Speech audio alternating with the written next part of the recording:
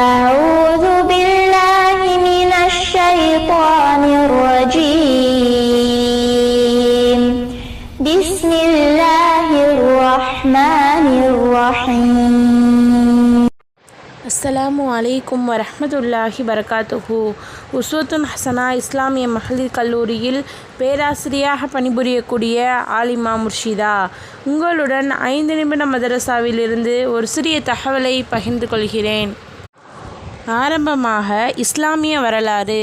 யூசுப் நபியின் நபித்துவம், அரசாட்சி. அல்லாஹ் தஆலா யூசுப் அலைஹிஸ்ஸலாம் அவர்களுக்கு ஈமான், தௌஹீத், வஹி ஆகிய பரக்கத்துகளை அருளினான். ஆரம்ப காலத்தில் செல்வம், உலக அறிவு, நகர வாழ்க்கை என்றில்லாமல் கிராமத்தின் எளிய வாழ்க்கையை மட்டுமே கண்ட இவர்கள் தாம் விரும்பாமலேயே மிஸ்ர் என்ற நாகரிகமான நாட்டிற்கு சென்றது அல்லாஹ் நிகழ்த்திய விந்தையாகும். பலவித சோதனை கட்டங்களை கடந்து மிஸ்ரின் அரசரிடம் போய் சேர்ந்தார்கள். ஒரு நாள் அரசரின் கனவு ஒன்றுக்கு விளக்கமளித்த பிறகு மிஸ்ரின் தற்போதைய நிலையை பற்றி பேசுகையில் நாட்டில் பஞ்சம் ஏற்பட்டுள்ளன.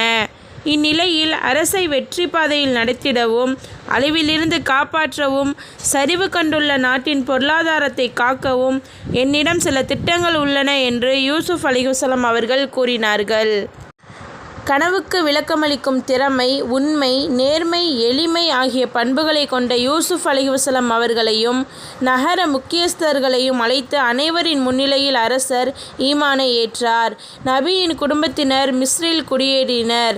நபித்துவத்துடன் மிஸ்ரையும் 80 ஆண்டுகள் வரை வெற்றிகரமாக ஆட்சி புரிந்து தமது 120வது வயதில் வஃபாத்தானார்கள். இன்னா லில்லாஹி வ இன்னா இலைஹி ராஜிஊன். அடுத்ததாக அன்னலாரின் அற்புதம். சூம்பிய மடுவில் பால் சுரத்தல். உம்மு மஅஃபது ரலியல்லாஹு அன்ஹு அவர்கள் கூறியதாவது, ஹிஜ்ரத் பயணத்தின் போது நபி ஸல்லல்லாஹு அலைஹி வஸல்லம் அவர்கள் கொண்டு வந்த உணவு தீர்ந்துவிட்டது. என்னிடம் அப்போது பலவீனமான ஒரு ஆட்டை தவிர வேறெதுவும் இல்லை. அதை பார்த்த நபி அவர்கள் தாங்கள் அனுமதித்தால் இதில் பாலை கறந்து கொள்ளட்டுமா என கேட்டார்கள். நானும் சம்மதித்தேன். நபி அவர்கள் ஆட்டின் மடுவை தொட்டதும் பால் சுரந்து வடிய ஆரம்பித்தது. பிறகு எல்லோரும் வயிறு புடைக்க அந்த பாலை பருகினர். வீடு திரும்பிய என் கணவர் அபு மஅஃபது ரலியல்லாஹு அன்ஹு அவர்கள் வீடு வந்தபோது பாலை பார்த்து இது எப்படி என வினவினார். நடந்ததை நான் விளக்கினேன். அடுத்ததாக ஒரு ஃபர்லை பற்றி. பிள்ளையின் சொத்தில் பெற்றோரின் பங்கு.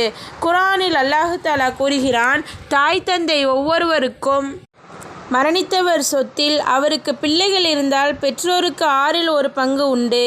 கருத்துரை: இறந்தவருக்கு பெற்றோரும் பிள்ளைகள் இருந்தால் தாய்க்கும் தந்தைக்கும் தனித்தனியாக 6இல் 1 பங்கு தரப்பட வேண்டும். அடுத்ததாக ஒரு சுன்னத்தை பற்றி. குழப்பத்தின் போது ஓதும் துவா.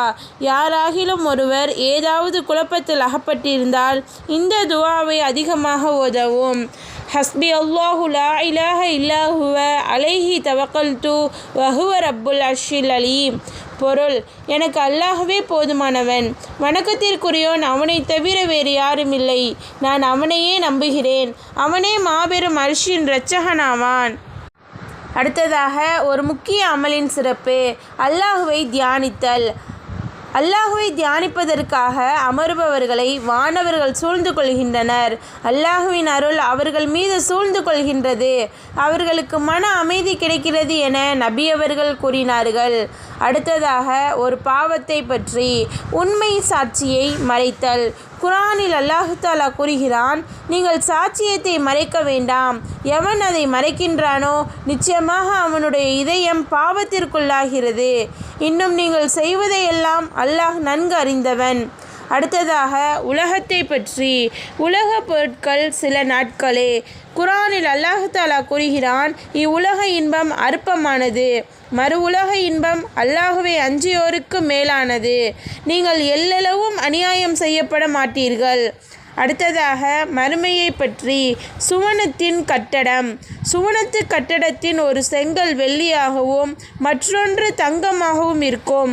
மேலும் அதன் கலவை தூய கஸ்தூரியாகவும் அதன் ஜல்லி முத்துக்களாகவும் அதன் மண் குங்குமப்பூவாகவும் இருக்கும் என நபி ஸல்லல்லாஹு அலைஹி வஸல்லம் அவர்கள் கூறினார்கள்.